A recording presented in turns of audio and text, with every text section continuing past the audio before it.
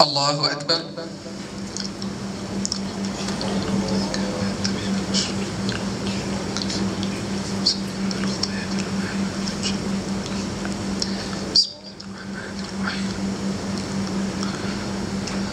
الحمد لله رب العالمين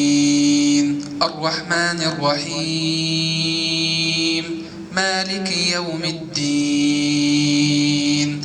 إياك نعبد وإياك نستعين اهدنا الصراط المستقيم صراط الذين أنعمت عليهم غير المغضوب عليهم ولا الضالين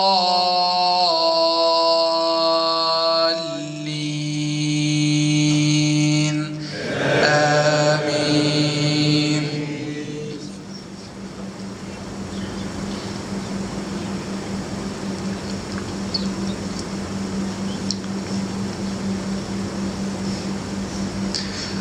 وما الحياة الدنيا إلا لعب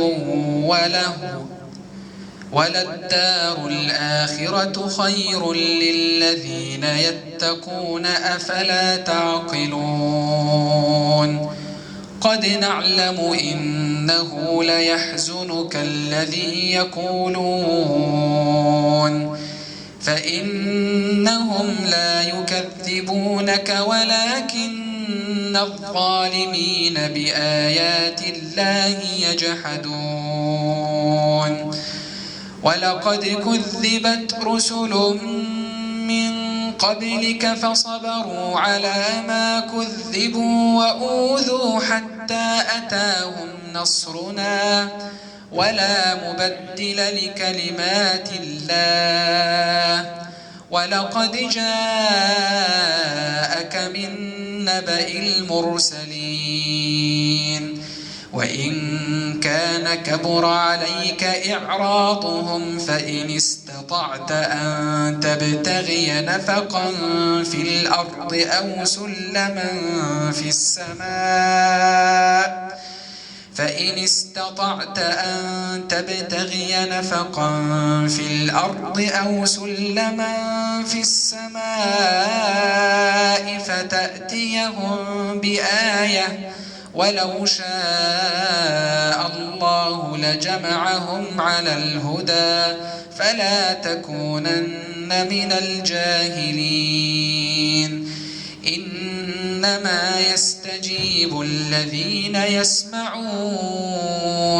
والموتى يبعثهم الله ثم إليه يرجعون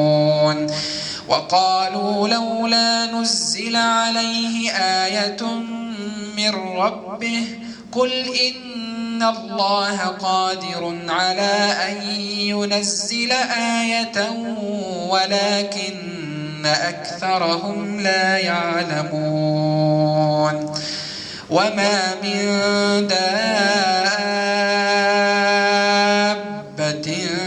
في الأرض ولا طائر يطير بجناحيه إلا أمم أمثالكم ما فرطنا في الكتاب من شيء ثم إلى ربهم يحشرون والذين كذبوا بآياتنا صم وبكم في الظلمات من يشاء الله يضلله ومن يشاء يجعله على صراط مستقيم قل أرأيتكم إن أتاكم عذاب الله أو أتتكم الساعة أغير الله تدعون إن كنتم صادقين بل إياه تدعون فيكشف ما تدعون إليه إن شاء وتنسون ما تشركون ولقد أرسلنا إلى أمم من قبلك فأخذناهم بالبأساء والضراء لعلهم يتضرعون فلولا إذ جاءهم بأسنا تضرعوا ولكن قست قلوبهم وزين لهم الشيطان ما كانوا يعملون فلما نسوا ما ذكروا به فتحنا عليهم أبواب كل شيء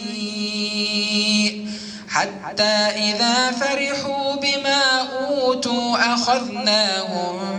بغتة فإذا هم مبلسون فقطع دابر القوم الذين ظلموا والحمد لله رب العالمين قل أرأيتم إن أخذ الله سمعكم وأبصاركم وختم على قلوبكم من إله غير الله يأتيكم به انظر كيف نصرف الآيات ثم هم يصدفون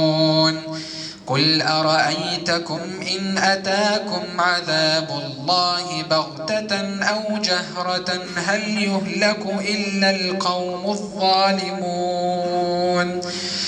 قل أرأيتكم إن أتاكم عذاب الله بغتة أو جهرة هل يهلك إلا القوم الظالمون